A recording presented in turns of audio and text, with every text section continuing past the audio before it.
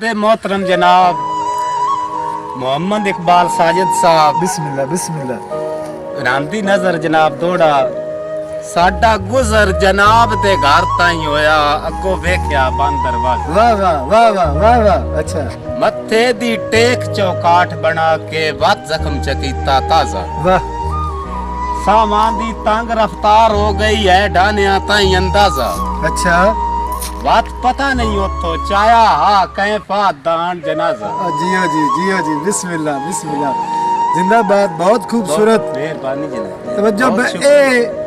ए दिल कोई कमरा पत्थर ते नहीं वाह, क्या लगी चोट त्रुटना पाउना है वाह जी।